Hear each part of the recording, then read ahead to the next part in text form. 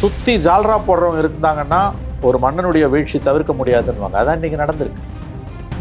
10 பேர் ஜால்ரா போடுறாங்கன்னா 2 பேராவது தப்பு நடக்குதுங்க. இல்லைங்க இது தப்புங்கன்னு கலைஞர்கிட்ட முகம் சொல்கிறவங்கள நான் பார்த்துருக்கேன், அதிகாரிகளை பார்த்துருக்கேன். இந்த அதிகாரிகளை நம்பினீங்கன்னா இதாங்க நடக்கும். அதிகாரி போய் தாங்க சொல்லுவாங்க. இன்னைக்கு விஜய்க்கு தான் கதை எழுதி வச்சுக்கோங்க. இந்த தேர்தலில் ஆட்சியை மட்டும்தான் ஸ்டாலின் இழந்திருக்கிறார். அது ஒரு பெரிய விஷயம் இல்லை. ஆனால் ஜெயித்திருந்தால் கட்சியையும் சேர்த்து இழந்திருப்பார். எங்கே தப்பு நடந்ததுன்னு நீங்கள் கண்டுபிடிக்கவே இல்லையே, இன்னமும் கண்டுபிடிக்கலையே. ஆனால் நான் ஒரு விஷயம் அவரை பாராட்டுறேன், ஸ்டாலினை. இன்றைய காலகட்டத்தில் மிக முக்கியமான ஒரு ஆயுதமாக இருக்கக்கூடிய சமூக வலைதளங்களோட முக்கியத்துவத்தை அவர் புரிந்து கொண்டிருக்கிறார். ஆனால் எதிர்கட்சி தலைவராக உதயநிதி தான் மீண்டும் அந்த இடத்துக்கு வந்து அமர்ந்திருக்கிறாரு. இப்போ இந்த இடத்துல உதயநிதியா எதிர்கட்சி தலைவர் ஆகக்கூடாது, நான் அப்படி கேட்கல. எங்கே ஆரம்பிச்சதுன்னு ஒரு ஆரிஜினை சொல்கிறேன். இனிமேல் நீங்கள் புலிவாலை பிடிச்சிட்டீங்க. தாவேக்கா பற்றி நம்ம அப்புறம் பேசணும். அது கட்சி ஆரம்பித்தே 2.25 வருஷம் தான் ஆகுது. பாதி பேர் எப்படி ஜெயிச்சானே தெரில, அவனுக்கே தெரில. நமக்கு தெரியாட்டி விட பரவாயில்ல, பாதி பேர் அதிர்ச்சியில் உறைஞ்சு போயிருக்காங்க. சர்மிளா டாக்கீஸ் நேயர்களுக்கு வணக்கம். இந்த நேர்காணலில் நாம் சந்திக்க போவர் மூத்த பத்திரிகையாளர் திரு மணி அவர்கள். வணக்கம் சார். வணக்கம் பாலாஜி, ரொம்ப நாளைக்கு பிறகு பார்க்குறோம். வாழ்த்துக்கள். சந்தோஷம் சார். இப்போது ஆட்சி மாற்றத்திற்கு பிறகு உங்களை சந்திக்கிறேன். திமுக ஆட்சி கட்டில் மிகப்பெரிய நலத்திட்டங்களை கொடுத்துருக்குறோம், மக்கள் நலத்திட்டங்களை கொடுத்துருக்குறோம் அப்படின்னு சொல்லி தான் வாக்குறுதிகளை சொல்லி தான் வந்து மக்கள்கிட்ட போனாங்க. ஆனாலும் ஒரு அன்டெஸ்டட் பார்ட்டியாக இருக்கக்கூடிய விஜய், ஆனால் அவருக்கு இருக்கக்கூடிய கிரேஸ் அப்படின்றது ஒரு ஆன்டி இன்கம்பன்சினால அந்த மாற்றம் ஏற்பட்டிருக்கா, அல்லது விஜய்க்கு ஒரு வாய்ப்பை கொடுத்து பார்ப்போம், இத்தனை நாள் இந்த 2 கட்சிகளுக்கும் 2 திராவிட கட்சிகளுக்கும் கொடுத்த வாய்ப்பை இப்போ நாம கொடுத்து பார்ப்போம் அப்படின்ற நம்பிக்கை வந்து மக்களுக்கு எப்படி இவ்வளோ மிகப்பெரிய அளவுக்கு வந்திருக்காங்க? 108 அவங்களுக்கு வந்து கம்மியான நம்பர்ஸ்ன்னு வெளியில சொன்னாலுமே கூட அந்த 108 அப்படின்றது ஒரு கட்சி ஆரம்பித்து 3 ஆண்டுகள்ல இவ்வளோ பெரிய வரவேற்பை அந்த கட்சி பெற்றிருக்கு அப்படின்றது ஒரு இமாலய வெற்றின்னு நம்ம பார்க்க முடியும். நீங்க எப்படி இதை பார்க்குறீங்க? நிச்சயமாக இது ஒரு சாதனை, மாபெரும் சாதனை. NT ராமராவ் 1980களின் துவக்கத்தில் கட்சி ஆரம்பித்து 2 ஆண்டுகளில் ஆட்சியை பிடித்தார். அதற்கு அடுத்தபடியாக 2.25 ஆண்டுகளில் 3 ஆண்டுகள் நீங்கள் சொன்னதை தவிர 2.25 ஆண்டுகள் 24 பிப்ரவரியில் ஆரம்பித்து 26 மே மாதம் பிடிக்கிறார். 27 மாதங்களில் ஆட்சியை கைப்பற்றியது. ஆந்திர பிரதேசத்தில் NTR செய்ததை விட இது மாபெரும் சாதனை. ஏன்னா அன்றைக்கு காங்கிரஸ் மட்டும்தான் இருந்தது. அதனால் ஒரு மாற்றுக்கான தேவை அங்கே இருந்தது. இன்றைக்கு தமிழ்நாட்டில் அரசியல் விழிப்புணர்ச்சி அதிகமாக இருக்கக்கூடிய ஒரு மாநிலம் திமுக, அண்ணா திமுக என்று மாறி மாறி 60 ஆண்டுகள் வாக்களித்த மக்கள் புதியதாக வந்த ஒரு பிளேயருக்கு 27 மாதங்களில் ஆட்சியை கொடுத்திருக்கிறார்கள் என்பது மிகப்பெரிய வரலாற்று சாதனை. ஃபண்டமெண்டலி இது ஆன்டி இன்கம்பன்சி, அடிப்படையில் ஆன்டி இன்கம்பன்சி தான், அரசுக்கு எதிரான உணர்வு. அவர் எங்களுக்கு அரசுக்கு மேலே ஒன்றும் கோபம் இல்லை, புதுசாக ஒருத்தர் வராரே நம்ம அவருக்கு வாய்ப்பு கொடுக்கலான்றதெல்லாம் தன்னைத்தானே ஏமாற்றிக் கொள்வதற்கு திமுக சார்பு நிலையில் உள்ளவர்கள் பேசக்கூடிய வார்த்தை, நான் உங்களை சொல்லவில்லை. ஆகவே இது வந்து ஆன்டி இன்கம்பன்சி ஃபண்டமெண்டல். இல்லாட்டி வந்து அரசாங்கத்து மேலே அப்படியே காதல் பொங்கி வந்ததுன்னா போய் குத்துன்னு குத்திருப்பாங்க, ஏன் குத்தல?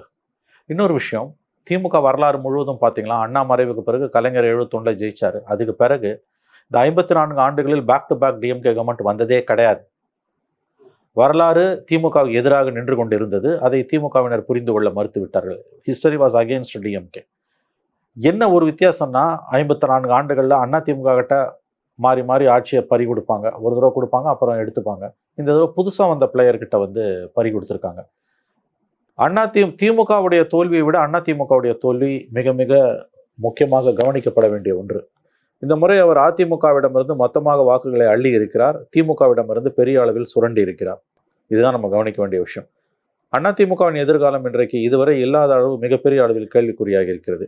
நம்ம அதை பற்றி அப்புறம் பேசுவோம். முதல்ல திமுகவை பற்றி பேசும்பொழுது நலத்திட்ட உதவிகள் எல்லாம் கொடுத்தாலும் வாரிசு அரசியல், கீழ்மட்டத்தில் இருந்த ஊழல், அதீதமான தங்களை தாங்களே புகழ்ந்து கொள்வது, இதெல்லாம் ஏற்படுத்திய சலிப்பு ஒரு காரணம்.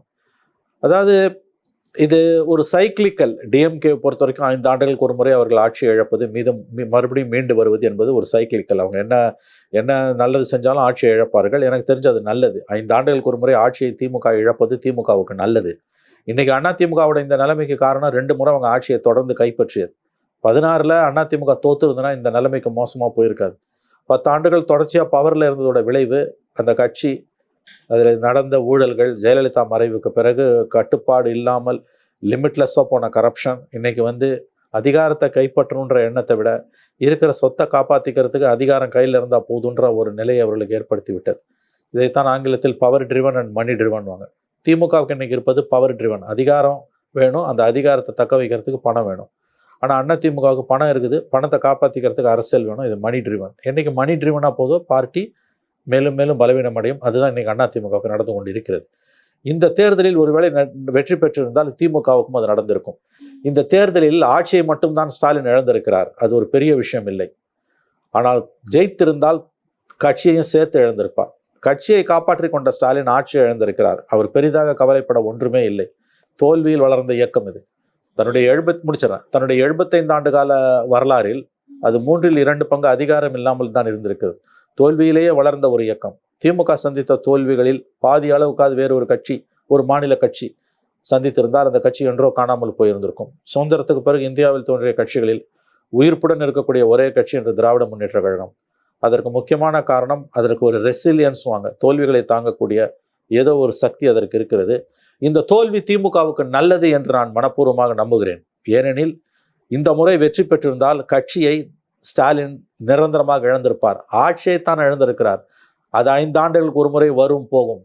உண்மையான திமுக காரன் இந்த தோல்வியில் கவலைப்பட மாட்டான். அது எந்த இடத்துல கட்சிக்கு நல்லதுன்னு நினைக்கிறீங்க? 5 வருஷம் நடந்த ஊழல், கூச்சநாச்சம் இல்லாமல் கொண்டு வந்த குடும்ப அரசியல், வெளியில் என்ன நடக்குதுன்னே தெரியாமல் இருந்த தலைமை, முதலமைச்சர் அன்றைய முதலமைச்சருக்கு அப்பாயின்மெண்ட் வாங்கி போகக்கூடியவர்களிடம் அவருடைய உதவியாளர்கள் சொன்ன வார்த்தைகள், நல்ல விஷயத்தை மட்டும் முதலமைச்சரிடம் சொல்லுங்கள், கெட்ட விஷயத்தை, நெகட்டிவ் விஷயத்தை சொல்லாதீங்க, அது எங்ககிட்ட மட்டுமே சொல்லுங்கன்னு இருக்காங்க. தன் காதில் பாசிட்டிவான விஷயங்கள் மட்டுமே வர வேண்டும், விழ வேண்டும் என்று ஸ்டாலின் அவர்கள் விரும்பி இருக்கிறார். அதை அவருடைய உதவியாளர்கள் நன்றாக பயன்படுத்தி கொண்டார்கள். ஒரு ஆட்சியில் குறைகள் நிரம்ப இருக்கும். ராமராஜ்யம் என்பது ஒரு கனவு, ஒரு utopia. Any government will go unpopular day by day. குறைகள் தான் ஒரு அரசில் அதிகமாக இருக்கும். குறைகளே, தவறுகளே என் காதுக்கு வரக்கூடாது என்று ஆட்சியாளர்கள் நினைப்பார்களே, ஆனால் அவர்கள் தோல்வி அடைவதை தவிர்க்க முடியாது. இந்த நிலைமைக்கு காரணம் அன்றைய முதலமைச்சர் ஸ்டாலினை சுற்றி இருந்த அதிகாரிகள், IAS IPS அதிகாரிகள், தனிப்பட்ட சில உதவியாளர்கள். இது எல்லாத்தையும் விட அல்லது இதுக்கு இணையா, ஒருவேளை இதை விட அதிகமாக திமுகவையும் ஸ்டாலினையும் புகழ்ந்து பாடுவதையும் முழு நேர தொழிலாக கொண்ட பத்திரிகையாளர்கள், அரசியல் பார்வையாளர்கள், தொலைக்காட்சிகளிலும் யூடியூப்லையும் உட்காந்துக்கிட்டு 5 ஆண்டுகள் இவர்கள் பாடிய லாலி அது என்னது, லாவணி, இந்த இதுன்னு வாங்கல, இது பேருனா ஜால்ரா. அது இந்த தோல்விக்கு ஒரு முக்கியமான காரணம்.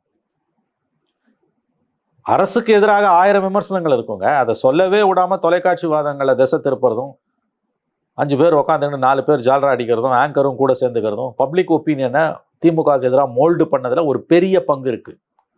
அப்புறம் நூற்றுக்கணக்கான யூடியூப் சேனல்ஸில் திமுக அரசை பாராட்டி பேசுறதுன்ற பேரில் புகழ் மாலைகளை சூட்டியது, அரசை நியாயமாக விமர்சித்தவங்களுக்கு எதிராக அவதூறு பிரச்சாரத்தை, தனிமனித தாக்குதல்களை கட்டவிழ்த்து விட்டது. அதற்காக கோடிக்கணக்கான ரூபாய் செலவு பண்ணி வீடியோ எடுத்தது.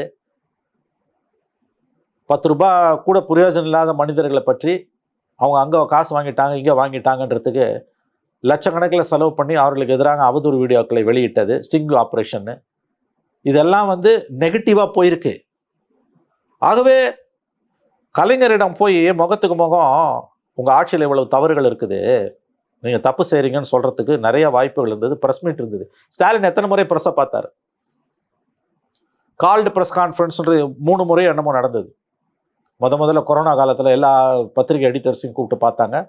அப்புறம் ஏர்போர்ட்டில் ஒரு தடவை பார்த்தாரு. அப்புறம் 2024 பார்லிமெண்ட் எலெக்ஷன் அப்போ மேனிஃபெஸ்டோ ரிலீஸ் பண்ணும்போது வெளியிட்டது. அதை தவிர அவர் எப்போ ப்ரெஸ்ஸை பார்த்தார்? ஓரிரு முறை வாகனங்களின் அருகில் நின்று கொண்டு ப்ரெஸ்ஸை பார்க்கும்போது கூட எழுதி கொடுக்கப்பட்ட கேள்விகள் தான் கேட்கப்பட்டன. ஒரு ஃபுல் ஃப்ளட்ஜ்டு ப்ரெஸ் கான்ஃபரன்ஸை ஸ்டாலின் அட்ரஸ் பண்ணவே இல்லை. அதிகாரி பொய் தான் சொல்லுவான் எல்லா காலத்திலையும். ஆனால் கலைஞருக்கு எந்த அதிகாரி பொய் சொல்லுகிறார் எந்த விஷயத்தில் என்று தெரியும். அப்போ அதிகாரிகள் பொய் சொல்கிறாங்க. நீங்கள் எதிர்கட்சிகள் இன்னொரு முக்கியமான விஷயம், எதிர்கட்சி பலவீனமாக இருந்தது. ஏன்னா ஒரு வலிமையான ஜனநாயகத்துக்கு ஆளும் கட்சி பலவீனமாக இருக்கலாம் பாலாஜி, எதிர்கட்சி பலவீனமாக இருக்கக்கூடாது. 2018-21 எடப்பாடி காலத்தில் ஸ்டாலின் மிகச்சிறந்த எதிர்கட்சி தலைவராக செயல்பட்டார். கொரோனா காலத்தில் லாக்டவுனில் வீட்டை விட்டு வெளியில் வரக்கூடாதுன்னா கூட வீட்டு வாசலில் கொடி பூச்சி நிற்பார் அவர். மதுவிலக்கு வேணும் கோபாலபுரத்தில் இல்லையா? பினிக்ஸ் ஜெயராஜ் அந்த கஸ்டோடியல் டெத்தில் அந்த பாஸ் இல்லாமல், கொரோனா காலத்து பாஸ் இல்லாமல் அங்கே போனாங்கன்னு கனிமொழி மேலேயும் உதயநிதி மேலேயும் கார் ஓட்டின்னு போனாங்கன்னு கேஸெல்லாம் கூட போட்டாங்க. மக்களோட மக்களாக அந்த காலத்தில் நின்ற ஒரு கட்சி திராவிட முன்னேற்ற கழகம். அது என்னைக்கும் மக்களோட தான் நின்று இருக்குது. திமுககாரனை தோக்கடிச்சு வீட்டுக்கு அனுப்புனா அடுத்த நாள் காலையில் மூட்டு வாசல் வந்து நிற்பான். நல்லது கெட்டதுன்னா அவன் தான் வந்து நிற்பான். நீங்க அடிக்கடி அந்த வார்த்தைகளை சொல்லிருக்கீங்க. அதே மாதிரி குளத்தூருக்கு அடுத்த நாள் போறாரு, அவர் போறாருங்க. எனக்கு ரொம்ப கஷ்டமா இருந்தது. தோக்கடிச்ச பிறகு போறாரு, மக்கள்கிட்ட தான் அவர் போய் நிற்பார். அவர் ஒன்றும் பயந்தெல்லாம் போயிட மாட்டார். சில கட்சிகள் கொரோனா காலத்தில் வீட்டை விட்டு வெளியில் வராமல் ஒதுங்கி போனாங்க. ஒருத்தர் நான் அரசியலுக்கே வரலன்னு ஒதுங்கி போனார். ஆனால் மக்களோட மக்களாக நின்னது திமுக 75 ஆண்டு காலத்தில். ஆனால் இந்த 5 வருஷத்தில் எவ்வளவு தவறுகள் நடந்தது. விமர்சிப்பவர்களை நீங்கள் வந்து துச்சமான மதித்து எள்ளி நகையாடினீங்க, அவதூறு பரப்புனீங்க. அதனோட விளைவு என்னன்னா, உங்கள் கவர்மெண்ட்டில் நடக்கிற தவறுகள் உங்கள் காதுக்கே வராமல் போச்சு. சுற்றி ஜால்ரா போடுறவங்க இருந்தாங்கன்னா ஒரு மன்னனுடைய வீழ்ச்சி தவிர்க்க முடியாதுன்னுவாங்க. அதான் இன்னைக்கு நடந்திருக்கு. 10 பேர் ஜால்ரா போடுறாங்கன்னா 2 பேராவது தப்பு நடக்குதுங்க. இல்லைங்க இது தப்புங்கன்னு கலைஞர்கிட்ட முகம் சொல்றவங்கள நான் பார்த்துருக்கேன், அதிகாரிகளை பார்த்துருக்கேன். இந்த அதிகாரிகளை நம்பினீங்கன்னா இதாங்க நடக்கும். அதிகாரி போய் தாங்க சொல்லுவான். இன்னைக்கு விஜய்க்கும் தான் கதை எழுதி வச்சுக்கோங்க. விஜய்க்கும் அதான் நடக்கும். நீங்க கிராஸ் செக் பண்ணணுங்க. பிரஸ் மீட் ஏன் வைக்கணுன்றாங்க, அதை சொல்லுங்க. நான் வந்து ஆக்டிவ் ரிப்போர்ட்டிங்ல இருந்தப்ப குறிப்பா சொல்றேன், 96 2001 காலகட்டத்தில் கலைஞர் கவர்மெண்ட்ல அப்போ ஏஎன்ஏல இருக்கும் பொழுது எத்தனையோ ப்ரெஸ் கான்ஃபரன்சஸ்ல கலைஞர்கிட்ட அடிக்கடி பார்ப்பார். வாரத்தில் 4 நாளாவது பார்ப்பார். முக்கியமான ஏதோ டெவலப்மெண்ட்ஸ் இருக்கும்போது நம்ம சில விஷயங்களை கேட்கும்போது கோபப்பட்டு நம்மளை திட்டுவார். ஆனால் அடுத்த 24 மணி நேரத்தில் அந்த செய்தி உண்மை என்று தெரிந்தால் அது சரி செய்யப்பட்டு அவருடைய உதவியாளர்கள் அழைத்து நீங்கள் சொன்னது சரி, உங்களிடம் தெரிவிக்க சொன்னார்னுவாங்க. இதெல்லாம் உண்மை. இது எனக்கு மட்டும் இல்லை, அந்த காலகட்டத்தில் ஆக்டிவாக இருந்த முக்கியமான ஊடகங்களில் பணியாற்றிய நிருபர்கள் பலருக்கும் இருக்கக்கூடிய அனுபவம். நான் இதை என் பெருமை பேசுகிறேன்னு நினைக்க வேண்டாம். அவர்கிட்ட கொண்டு போக முடிஞ்சுது ஆட்சியின் தவறுகளை. ப்ரெஸ் கான்ஃபரன்ஸில் இருக்க ஒரு பெரிய அட்வான்டேஜ் என்னன்னா, அதிகாரிகள் மறைக்கிற அதிகாரி போய் தாங்க சொல்லுவோம். நான் சொல்கிறேங்க. அப்போ உங்ககிட்ட வந்து அது அன்னைக்கு இருந்த அதிகாரிகளாவது நேர்மையாக இருந்தாங்க. ஓரளவு நேர்மையான அதிகாரிகள் அன்னைக்கு இருந்தாங்க. முடியாதுங்க, செய்ய முடியாதுங்க, கவர்மெண்ட்டு கெட்ட பேருன்றுவாங்க. இப்போ யார் இருந்தாங்க உங்களை சுற்றி? இன்னைக்கு என்ன ஆச்சு? இந்த தோல்விக்கு பிறகு என்ன நிலைமை? நீங்கள் சுய பரிசோதனை செய்யறது வந்து 36 பேர் கொண்ட கமிட்டி எல்லாம் வேஸ்ட்டு. அவசியமே இல்லை. என்ன நடக்குதுன்னு உங்க காதுக்கு வரல. ஆனா ரீஸ்ட்ரக்சர் பண்ண போறேன்னு சொல்றாங்க. அதெல்லாம் நீங்க பண்ணுங்க, பண்ண வேணாம். நம்ம யார் சொல்றதுக்கு நம்ம யார்? அவங்க கட்சி அவங்க பண்ணட்டும். ஆனா குணம் நாடி குற்றமும் நாடி அதில் மிகை நாடி மிக்க கொள்ளல் இல்லையா? அது மாதிரி இந்த விஷயத்துல எங்க தப்பு நடந்ததுன்னு நீங்க கண்டுபிடிக்கவே இல்லையே, இன்னமும் கண்டுபிடிக்கலையே. ஆனா நான் ஒரு விஷயம் அவரை பாராட்டுறேன், ஸ்டாலினை. இன்றைய காலகட்டத்தின் மிக முக்கியமான ஒரு ஆயுதமாக இருக்கக்கூடிய சமூக வலைதளங்களோட முக்கியத்துவத்தை அவர் புரிந்து கொண்டிருக்கிறார். அவர் ஒரு வார்த்தை சொன்னார், அந்த காலத்துல டீ கடையில அரசியல் பேசுவாங்க, இப்ப சமூக வலைதளங்களை எல்லாரும் அக்கௌண்ட் ஓபன் பண்ணி பேசுங்கன்றார். அதோட முக்கியத்துவத்தை அவர் புரிஞ்சிருக்காரு. ஆனா ஒரு பாதி இது உண்மை. சமூக வலைதளங்கள் அக்கௌண்ட் ஓபன் பண்ணி கணக்கு துவங்கி திமுக அரசியல் பேசுறான்னா என்ன அரசியல பேச போறான்? அதாவது அங்க போய் லாவணி கச்சேரி பாடி சண்டை போட்டுக்கிட்டு தூத்து மேமேன்னு கேவலமான வார்த்தைகளை உதிர்த்து கொண்டு சண்டை போடுறதால எதுவும் ஆக போறது இல்லை. இன்னைக்கு சோஷியல் மீடியாலே இல்லாத, இந்த ஃபோன் இல்லாத பட்டன் ஃபோன் வச்சுக்கிட்டு தான் ஃபோன் நம்பர் என்னன்னு தனக்கு தெரியாம சுருக்கு பையில ஃபோன் நம்பரை எழுதி வச்சிருக்கிற ஒரு வயதான மூதாட்டி இருக்கிறது பட்டன் ஃபோனு. போய் விஜய்க்கு போட்டிருக்காங்க. அது விஜய்க்கு போட்டிருக்கு. அந்த ஃபோன் நம்பர் அந்த அம்மாவுக்கு, பாட்டி அம்மாவுக்கு தெரியாது. அதோட நம்பர் அது அது தெரியாது. அதுக்கு இது என்ன நம்பர்னா இது எடுத்து கொடுக்கணும். அப்புறம் யாராவது இருந்தால் கொஞ்சம் போட்டு கொடுக்கணும். அந்த நம்பர் பின் நம்பர் கூட எழுதி வச்சிருக்குது. நான் சொல்கிறேன் உங்களுக்கு உதாரணத்துக்கு. அந்த அம்மா போய் போட்டிருக்கு. நான் வேறொரு தொலைக்காட்சியில் சொன்னதான். அதாவது ஒரு கிட்டத்தட்ட ஒரு 80-85 வயது இருக்கக்கூடிய ஒரு இஸ்லாமிய சமூகத்தை சேர்ந்த பெண்மணி. அவர் சொல்லுகிறார், நான் வந்து நினைவு தெரிஞ்ச நாள்லேருந்து நான் திமுகவை தான் ஓட்டு போடுறேன். 2 எலெக்ஷன் தவிர 99 நாடாளுமன்ற தேர்தல், 2001 சட்டமன்ற தேர்தல்னா பிஜேபியோட அவங்க இருந்தாங்க. நான் போடலை. அதை தவிர அதுக்கு முன்னாலையும் பின்னாலையும் திமுக தான் ஓட்டு போட்டிருக்கேன். இந்த முறை நான் விஜய்க்கு போடுவேன்.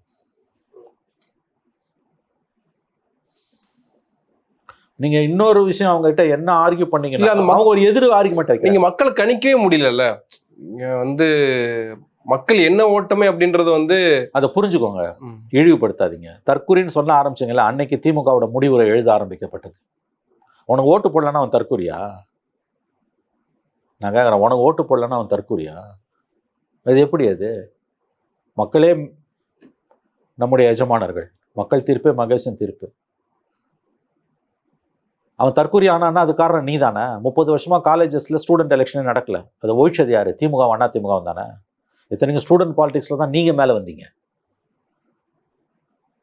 நெடுஞ்செழியன், அன்பழகன், மதியழகன், கலைஞரை தவிர அண்ணா, இவங்க எல்லாம் ஸ்டூடெண்ட் பாலிடிக்ஸ்ல இருந்து மேல வந்தவங்க தானே.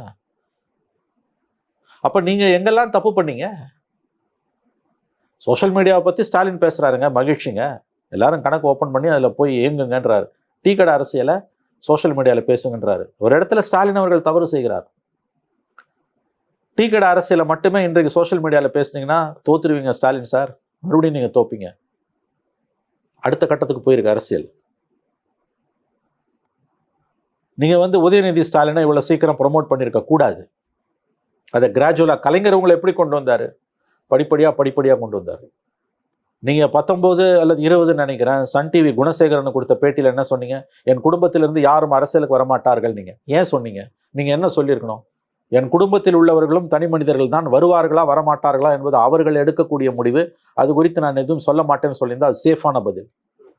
ஆனா நீங்க வாக்குறுதி கொடுத்தீங்க, அதுவே தப்பு. ஆனா வாக்குறுதி கொடுத்துட்டு அதுக்கு எதிராக நடக்கிறீங்க. சரி, உதயநிதியை கொண்டு வந்தீங்க, எம்எல்ஏவா ஒரு 5 வருஷம் வச்சுட்டு அடுத்த டேர்ம்ல மந்திரி ஆக்கியிருந்தா கூட இந்த டேமேஜ் எல்லாம் குறைவா இருந்திருக்கும். நீங்க 21 மந்திரி, 22 அவர் 21 எம்எல்ஏ, 22 மந்திரி, 24 துணை முதலமைச்சர். இன்றைய இளைஞர்கள்கிட்ட அது ஏற்படுத்திய தாக்கம் என்ன? ஆமா, நாங்க குடும்ப அரசியல் தான் பண்றோம், குடும்பமா அரசியல் பண்றோம்னு அதை நியாயப்படுத்துறீங்க. நீங்க மட்டும் இல்ல, ஒவ்வொரு எம்எல்ஏவும், ஒவ்வொரு மந்திரியும், ஒவ்வொரு மந்திரி பிள்ளையும் எம்பி அல்லது ஒவ்வொரு எம்பி பிள்ளையும் மந்திரி. 3 தலைமுறை. சரி, தனிப்பட்ட முறையில் அவர்கள் நல்லவர்கள், கண்ணியமானவர்கள், அதெல்லாம் நான் சொல்ல விரும்பல. Personally I have nothing against any of them. இவர்களை தனிப்பட்ட முறையில் யார் மீதும் எனக்கு எந்த விதமான காழ்ப்புணர்ச்சியோ கோபமோ அல்லது வன்மமோ எதுவுமே கிடையாது.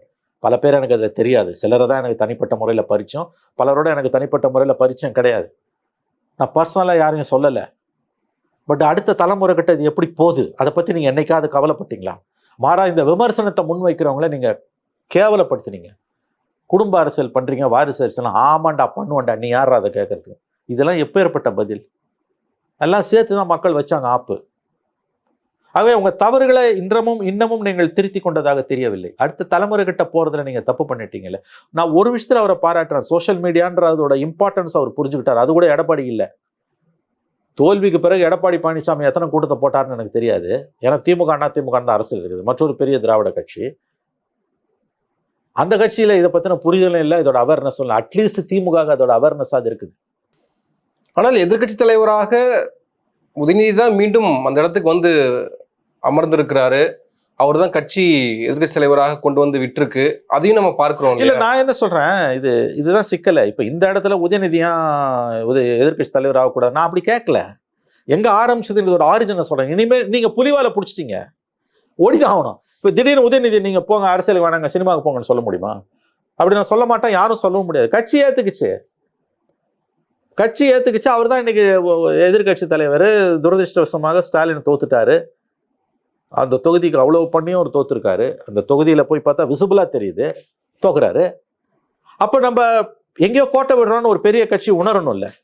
அந்த உண்மையான சுய பரிசோதனை வேணும். தொம்மா யாரையோ 4 பேரை தூக்கி பந்தாடுறது, இவன் கவுத்துட்டான் அவன் கவுத்துட்டான்றதெல்லாம் நாமளே ஏமாத்திக்கிற வேலை. இந்த தேர்தலில் திமுக அமைஞ்ச கூட்டணி, திமுக செலவு பண்ண பணம், திமுக கிட்ட இருந்த மீடியா, திமுக கட்டமைச்ச நேரேட்டிவ், என் திமுக ஆட்சியில் நிறைவேற்றப்பட்ட நலத்திட்டங்கள், நான் அதையும் சேர்த்துக்கிறேன். இது எல்லாம் சேர்க்கும்போது இவங்க மினிமம் 120 சீட்டாக வாங்கி திமுக கம்ஃபர்டபுள் சிம்பிள் மெஜாரிட்டியில் உட்காந்துருக்கணும். அதில் பாதி தான் வாங்குறாங்க. அப்போ இதை கடந்த 54 ஆண்டு கால வரலாறு இருக்கு இல்லையா, பேக் டு பேக் கவர்மெண்ட் அவங்க வந்ததே இல்லை. ஹிஸ்டரி இஸ் அகெயின்ஸ்ட் டிஎம்கேன்ற அந்த லார்ஜர் ட்ரூத்தோட சேர்த்து பாருங்க. ஒன்று உண்மை பாலாஜி, இனிமே போத் டிஎம்கே அண்ட் ஏடிஎம்கே 2 பேருக்கும் சேர்த்து சொல்கிறேன். For that matter all the political parties in Tamil Nadu, இனிமே politics is not going to be business as usual.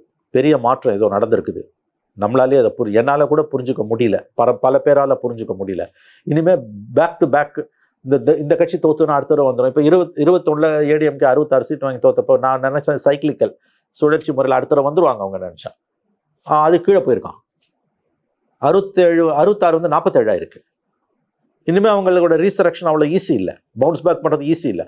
அந்த நிலைமை திமுகவுக்கு வரலாம். இல்லை, ஒரு இமேஜ் விஜய்ன்ற ஒரு முகம், விசில்ன்ற ஒரு சின்னம், வேட்பாளர் யாரும் எனக்கு தேவையில்லை, ஆனாலும் எனக்கு ஒரு மாற்றம் வேண்டும்னு போய் அந்த அந்த மாற்றம் வந்திருக்குல்ல, மக்கள் வந்து எதையுமே யோசிக்காம விஜய்க்காக நான் போடுறேன்னு அந்த மனநிலைக்கு வந்திருக்காங்க இல்லையா? அதுவே வந்து ஒரு அந்த சேஞ்சை நீங்க மறுபடியும் எடுத்துட்டு போக முடியாது மக்கள்கிட்ட இருந்து. நீ ஒரு அடுத்த 5 வருஷத்துக்குமே எப்படி அவங்க டேக் ஓவர் பண்ண போறாங்கன்னு அதாங்க. இப்ப ஒருவேளை விஜய் வந்து அரசியல் களத்துல இருந்து விலகுகிறாருனாலும் அந்த இடத்துக்கு வேற யாராவது வருவாங்க.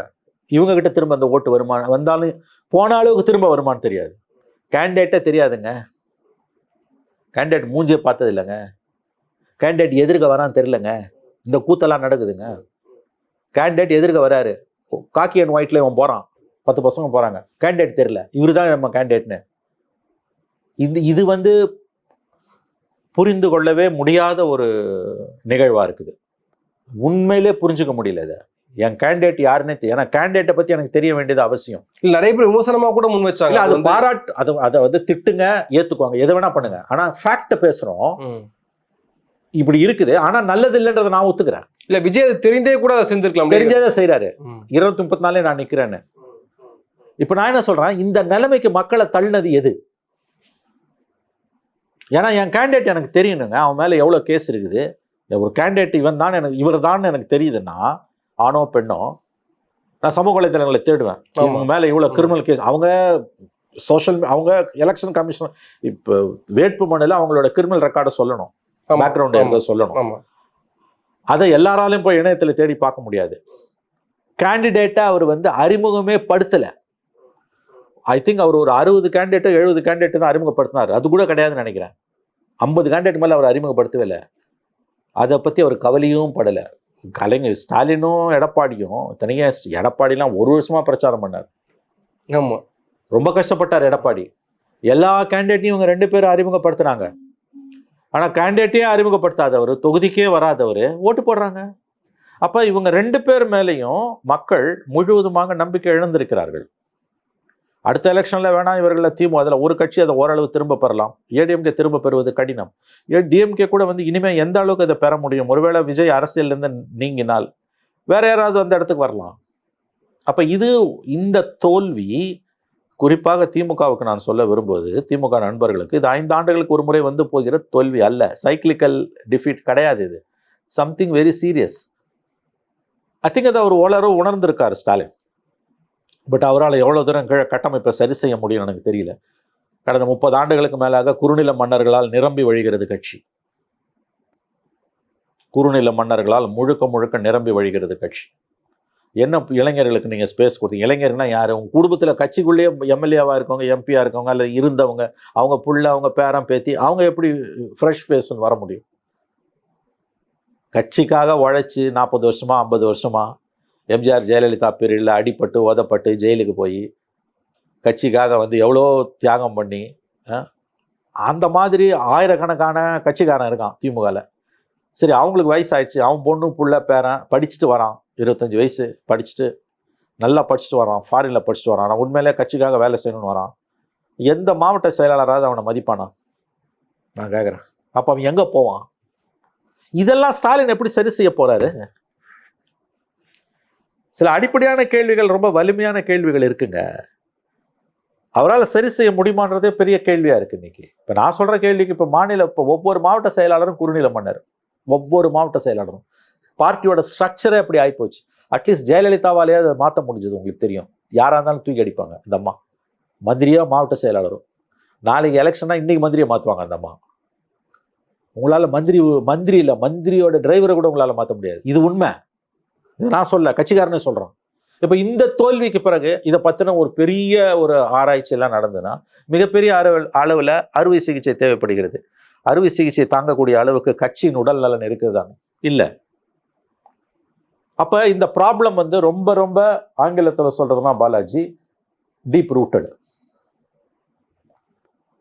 நான் அவருடைய உழைப்பை குறைத்து மதிப்பிடவில்லை, ஸ்டாலினோட உழைப்பை. கலைஞர் சொன்னது மாதிரி ஸ்டாலின் என்றால் உழைப்பு உழைப்பு உழைப்பு. அவருடைய நோக்கங்களை நான் சந்தேகப்படவில்லை. அவருடைய நோக்கங்கள் நல்லவை, உயர்ந்தவை. பட் இந்த எக்ஸிஸ்டிங் செட்டப்புக்குள்ள அவரால் செய்ய முடியல, செய்ய முடியுமான்னு எனக்கு தோணலை. இன்னொன்று, இந்த 5 ஆண்டுகளில் வந்து நெகட்டிவாக அரசுக்கு எதிரான எவ்வளவோ விஷயங்கள் நடந்தது. எத்தனை செய்திகள் அவர் காதுக்கு போச்சு? காதுக்கு போகாமல் இருக்குன்னா அதுக்கு அவரு தான் காரணம். உதவியாளர்களை கூட குறை சொல்றது வேஸ்ட். உதவியாளர்கள் அப்படி தான் இருப்பாங்க, தங்களுடைய ஸ்கின்னை காப்பாற்றிக்கிறதுக்கு. நாளைக்கு அவரு தான் பதில் சொல்லணும். உதவியாளர்களோ அல்லது வந்து அதிகாரிகளோ தப்பிச்சிடுவாங்க. அவங்க எல்லாரும் தப்பிச்சிடுவாங்க. அது இருந்த அதிகாரிகள் எல்லாம் ஏதோ ஒரு போஸ்டிங் வாங்கிட்டு போயிட்டாங்க. இன்னைக்கு அவங்களுக்கு இருக்க காரு, சம்பளம், உதவியாளர்கள், பங்களா எல்லாம் அப்படியே தான் இருக்க போகுது. எது அவங்களுக்கு மாறப்போகுது? எது மாறப்போகுது? மக்களுக்கு வந்து பதில் சொல்ல வேண்டியது நீங்க தானே. சுய பரிசோதனை நீங்க தான் பண்ணிக்கணும். ஒரு அதிகாரியும் பண்ணிக்க மாட்டான். என்னத்துக்கு அவசியம் அவங்களுக்கு? அவங்க மாச சம்பளத்துக்கு வேலை செய்யறாங்க. ஒரு பக்கம் திமுக நம்ம வந்து தவைக்க இன்னைக்கு தான் ஆட்சிக்கு வந்திருக்காங்க. அவங்க இன்னும் ஒரு 6 மாசம் 1 வருஷத்துக்கு அப்புறம் அவங்களுடைய செயல்பாடுகள் குறித்து நம்ம பேசவே முடியும். ஆனால் நம்ம திமுக கடந்த கால ஆட்சியல்ல குறுநில மன்னர்களாக இருந்திருக்கிறாங்க. லஞ்ச லாவணியம் அதிகமா இருந்திருக்கிறது. குறைகளை சொல்ல முடியாம சூழல் இருந்திருக்கிறதெல்லாம் நம்ம பார்த்தோம். ஆனால் ஃபேக் நரேட்டிவ்ஸ் வந்து தவைக்க சில இடங்களை பண்றதையே நம்ம பார்க்கிறோம். குறிப்பா வந்து இப்போ ராஜ்மோகனே சொல்றாரு, நான் வாடகை கட்டவே காசு இல்லை அப்படின்னு. ஆனா அவருடைய அசட்டை நம்ம எடுத்து பார்த்தோம்னா 50 லட்ச ரூபாய்க்கு நகை வச்சிருக்காரு, ஃபிளாட் வச்சிருக்காரு, கார் வச்சிருக்காரு. ஆனா இது ஏன் வந்து இப்படி ஒரு விஷயங்களை ஏன் மக்கள் எடுத்துட்டு, நான் செருப்பு போடாம சட்டமன்றத்துக்கு வரேன், பஸ்ல தான் நான் டிராவல் பண்றேன்றாரு. ஆனா அவர் கார் ஏற்கனவே வச்சிருக்காரு, பல கோடி ரூபாய் சொத்து வச்சிருக்காரு. பாலாஜி, தப்பா நினைக்கக்கூடாது. தாவேகாவோட குறைகளை பத்தி பேசுறதுக்கான நேரம் இது இல்லை பாலாஜி. இது திமுகவோட குறைகளையும் திமுகவோட இயலாமைகளையும் பற்றி பேச வேண்டிய காலம். 75, 76 ஆண்டு கால கட்சி. சுதந்திரத்துக்கு பிறகு தோன்றிய ராஜ்நாத் சிங் கலைஞர் நாணய வெளியீட்டு விழாவில் 2024 ஆகஸ்டில் பேசினார்ல. சுதந்திரத்துக்கு பிறகு தோன்றிய கட்சிகளே உயிர்ப்புடன் இருக்கக்கூடிய ஒரே திராவிட கட்சி, ஒரே மாநில கட்சி, பிராந்திய கட்சினா இந்தியாவில் திராவிட முன்னேற்ற கழகம். அவங்க அடைந்த சிகரங்களும் இல்லை, அவங்க அடைந்த பள்ளங்களும் இல்லை. நான் இன்னைக்கு அதை தான் பேச விரும்புகிறேன். தாவேகா பற்றி நம்ம அப்புறம் பேசலாம். அது கட்சி ஆரம்பிச்சே 2.25 வருஷம் தான் ஆகுது. பாதி பேர் எப்படி ஜெயிச்சானே தெரியல, அவனுக்கே தெரியல. நமக்கு தெரியாட்டி கூட பரவாயில்ல. பாதி பேர் அதிர்ச்சியில் உறைஞ்சு போயிருக்காங்க. சார் 60 சீட்லேருந்து 70 வாங்கி ஒரு எதிர்கட்சியாக உட்காரணும் வந்துட்டோம் சார், எப்படியோ ஆட்சிக்கின்றோம். ஸோ இதில் கொண்டு வந்து நீங்கள் அவங்கள பேசுறதுன்றது வந்து, நான் எதை திமுகவை தான் குறை சொல்லணும்னு அப்படி நினைக்காதீங்க. அப்படி இல்லை.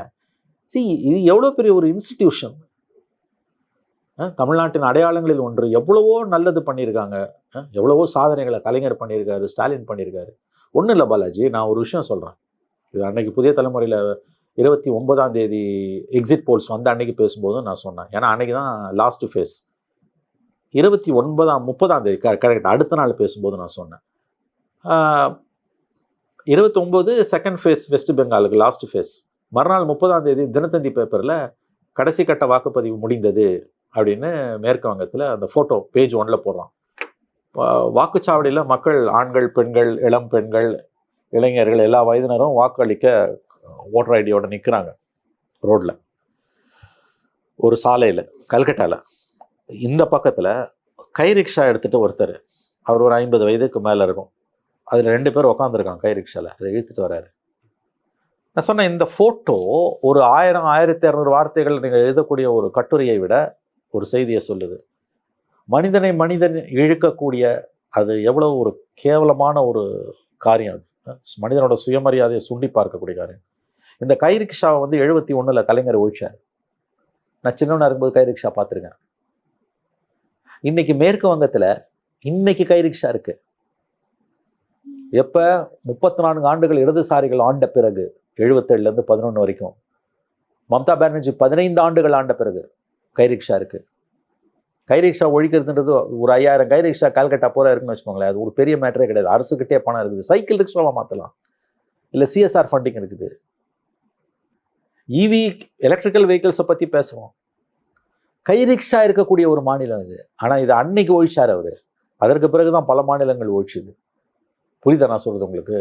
அளப்பரிய சாதனைகளை ஒரு கலைஞர் செஞ்சிருக்காரு. குறைச்சி மதிப்பு இல்லை, நம்ம அதை ஒதுக்கி தள்ளிட்டு போல.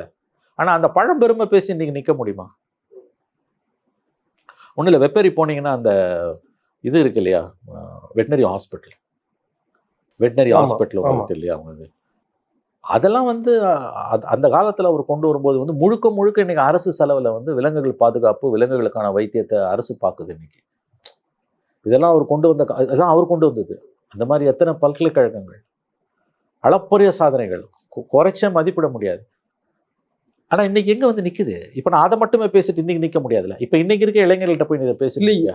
தாவேக்கா முன்வைத்த தேர்தல் காலத்துல முன்வைத்த விமர்சனங்களுக்கு பதிலடி கொடுக்காம இல்ல அண்டர் எஸ்டிமேட் பண்றது இல்ல வந்து அவங்கள ஒரு பொருட்டை எடுத்துக்காதனுடைய விளைவா இந்த அதுவும் ஒரு காரணம். அது மட்டுமே காரணம் இல்லை. நீ பதிலடி கொடுத்திருந்தாலும் இதுதான் முடிவு. That's not the only reason. நீங்க சொல்ல வர்றது வந்து தாவேக்காவுடைய ஃபேக் நேரேட்டிவை கவுண்டர் பண்ண வேண்டிய விதத்துல திமுக கவுண்டர் பண்ணியிருந்தா ஒன்று முடிவை மாற்றி இருக்கலாம், அல்லது தோல்வியின் வீச்சை குறைத்திருக்கலாம் நீங்க சொல்றீங்க. வாய்ப்பு இல்லை. இது எங்கேயோ போகுது, உலகம் எங்கேயோ போயிட்டு இருக்குது. இப்ப நான் சொன்னேன்ல, திமுக கலைஞரோட சாதனைகளுக்கு ஏன் ஸ்டாலினே வந்து இப்ப மதிய உணவு திட்டம், அந்த காலை உணவு திட்டமா கொண்டு வந்தது. அப்புறம் வந்து உங்களுக்கு வந்து அந்த தமிழ் புதல்வன் திட்டம், அந்த இப்ப எல்லாமே அந்த இந்த கும்பத்தை டேக் அவுட் பண்றாங்க. அதான் அது எல்லாத்தையுமே அவர் கொண்டு வந்தார் இல்லையா உங்களுக்கு வந்து. அது எல்லாமே வந்து அதால பலனடைஞ்ச இளைஞர்கள் ஏன் போறாங்க? ஒன்றும் இல்லை. இது இந்த என்டிடிவியில் பழைய பிரணாய் ராய் இருந்தார் தெரியுமா? அவர் வந்து டீகோடர்னு ஒரு யூடியூப் சேனல் வச்சிருக்காரு. அவங்க வந்து எலெக்ஷனில் ஸ்பெஷலிஸ்டும். 1 மணி நேரம் ப்ரோக்ராம் ஒன்று பண்ணார். அவரோட ஸ்பீச் நான் கேட்டேன். அவர் துல்லியமாக இருக்குது. அது அவர் சொல்கிறாரு, ஒரு கடைக்கோடியில் இருக்கக்கூடிய ஒரு கிராமம் எங்கன்னா வந்து கோயம்புத்தூர் திருப்பூரை பக்கத்தில். அங்கே போகும்பொழுது ஒரு ஒரு அம்மா ஒரு 50-55 வயசு இருக்கும். அவங்க பொண்ணு ஒரு 25 வயசு பொண்ணு. அந்த பொண்ணு வந்து ஐடி ப்ரொஃபஷனல். அவங்க கேட்குறாங்க யாருக்கு ஓட்டு போடுவீங்கன்னா, அந்த அவங்க இங்கிலீஷில் பேசுகிறாங்க. அவங்க சொல்லுவாங்க நாங்கள் விஜய்க்கு தான் ஓட்டு போடுவோன்றாங்க. அந்த பொண்ணு சொல்லுது. அந்த அம்மாவை கேட்குறாங்க. அந்த அம்மா சொல்கிறாங்க, இவன் நன்றி கெட்டவ, திமுக கொடுத்த ஸ்காலர்ஷிப்பில் தான் இவன் படித்தா, ஆனால் இவ விஜய்க்கு ஓட்டு போடுவேன்றா. நான் வந்து திமுகவை தான் ஓட்டு போடுவேன். அப்போ இந்த இடத்துல வந்து நெரேட்டிவையும் கவுண்டர் பண்ணுற வாய்ப்பை இழந்திருக்கீங்க. அது உண்மை. நீ சொல்கிறத முழுவதும் நான் மறுக்கல. அந்த வாய்ப்பு இன்னைக்கு பறி போயிருக்குது. உங்களை நீங்களே பாராட்டிக்கிறது, தினம் உங்களை பாராட்டி 4 பேரை டிவியில் உட்காந்து பேச வைக்கிறது, யூடியூப்பில் உட்காந்து பேச வைக்கிறது, இன்ஸ்டாவில் ரீல் போட வேண்டியது, ட்வீட் போட வேண்டியது, ஏற்று பேசுகிறவனா பச்சையாக திட்ட வேண்டியது. ஒரு பக்கம் பகையை வளர்த்துக்கிட்டே போகிறீங்க. நீங்கள் அடுத்த தலைமுறை என்ன யோசிக்குதுன்னு நீங்கள் கவலைப்படலையே இல்லையா? அப்போ சோஷியல் மீடியாவோட ரோல் இதில் பெரிய ரோலு. ஆனால் அந்த ஆளை மட்டும் ஜெயிச்சாங்கன்னு சொல்லாதீங்க. இப்போ மெயின் ஸ்ட்ரீம் மீடியாலே இல்லாமல் சோஷியல் மீடியாவில் மட்டுமே ஒரு கட்சி வந்து ஆட்சியை பிடிச்சிருக்குன்னு நம்ம நினைக்கிறோம். இல்லை, மக்கள் உணர்வுகள் அது பதிஞ்சிருக்குது. அவரோட ஒரு படத்தை கூட பார்க்காம ஓட்டு போடுவேன்றான். நான் சொல்றேன், இந்த மொபைல் ஃபோனு டச் ஃபோனு தான், பட்டன் ஃபோன் நம்பரை சுருக்கு பையில எழுதி வச்சிருக்கு பாட்டியம்மா. அந்த ஃபோனை ஓப்பன் பண்ணுறதுக்கான பின் நம்பரும் அதில் இருக்குது. யாராவது ஓப்பன் பண்ணி போட்டு கொடுத்தா தான் அந்த அம்மாவால் பேச முடியும். அதையே விஜய் ஓட்டு போட்டு வந்து. அப்போ ஏதோ ஒரு கீழே வந்து மாற்றம் நிகழ்ந்துக்கிட்டு இருக்குது. அதை கட்சி புரிஞ்சுக்கணும். புரிஞ்சுக்கலன்னா கஷ்டம்தான். ஆனால் ஒன்று மட்டும் நான் திரும்ப சொல்லுவேன், இது 5 ஆண்டுகளுக்கு ஒரு முறை வந்து போகிற தோல்வியும் வெற்றியும் மாறி மாறி வரும். அப்படி வந்து போகிற தோல்வி இல்லை. இனிமேல் பாலிடிக்ஸும் எலெக்ஷன்ஸும் ஆஸ் யூஷுவலாக இருக்காது. பெரிய மாற்றங்கள் வந்துட்டு இருக்குது. அது என்னன்றது அவதானிக்கணும், புரியணும். அதெல்லாம் இவங்களால புரிஞ்சுக்க முடியுமா? ஏன்னா உங்களுக்கு விருப்பம் இருக்கோ இல்லையா, இன்றைக்கி வந்து கட்சி முழுக்கமும் வந்து குடும்ப உறுப்பினர்களால் தான் நிரம்பி ஒழியுது பெரும்பாலான மாவட்டங்களில். நான் அதுதான் உங்களுக்கு சிம்பிளாக ஒரு கொஸ்டின் கேட்குறேன். ஒரு திருவாளர் பொதுஜனமாக நான் கேட்குறேன், மக்களோட பிரதிநிதியாக நான் கேட்குறேன். இன்றைக்கு ஒரு இளைஞன், ஒரு 25 வயது இளைஞன் மேற்படிப்பு படித்து விட்டு அமெரிக்காவிலேருந்து வராங்க. கை நிறைய சம்பளம் வாங்குற உத்தியோகத்தை விட்டுட்டு அவனுக்கு ஏதோ ஒரு வீடு வசதி இருக்குது, நான் வந்து அரசியலில் ஈடுபடணும், மக்களுக்கு நல்லது செய்யணும்னு வரும்போது திமுகவில் அவன் சேர்ந்தான்னா திமுகவில் எந்த அளவுக்கு உயரங்களை அவனால் அடைய முடியும்? முதல்ல கட்சியில் இருக்க பழைய பெருசாலிகள் அவனை அலோவ் பண்ணுவாங்களா? கட்சி பொறுப்பு கொடுப்பாங்களா? அல்லது கட்சி பொறுப்பு மீறினா ஒரு கவுன்சிலர் போஸ்ட் அவனுக்கு கொடுப்பாங்களா? அவனுக்கு இருக்கக்கூடிய ஒரே வாய்ப்பு, ஒரு கட்டத்தில் பிஜேபி இருந்தது, இன்றைக்கி அது வளராமல் போய் அப்படியே தேங்கி போனதால் அடுத்த இடத்துக்கு அவன் போகிறான். அப்புறம் ஏடிஎம்கே வாக்கு வங்கி இப்போ கணிசமான அளவுக்கு பிஜேபிக்கு போயிட்டு இப்போ திரும்ப தாவேக்காக போக ஆரம்பிச்சிருக்கு. அப்போ இத்தனை மாற்றங்களையும் கவனிக்க தவறிட்டாங்க. எனவே இந்த தோல்வியிலிருந்து மீண்டு வரக்கூடிய அந்த ஒரு ரெசிலியன்ஸ்னுவாங்க, அந்த ஒரு உயிர் துடிப்பு, அந்த ஒரு விஷய ஞானம் அவங்க விரும்பினாங்கன்னா, உருப்படணும்னு நினச்சாங்கன்னா அவங்களுக்கு இருக்குது. அவங்க செய்வாங்களான்னு கேட்டிங்கன்னா அதுக்கு எங்கிட்ட பதில் இல்லை, அது அங்கே கேட்கணும். நன்றி சார், நன்றி. நிறைய விஷயங்களை தெளிவுபடுத்திருக்கீங்க. உங்கள் நேரத்துக்கு மிக்க நன்றி. நன்றி சார்.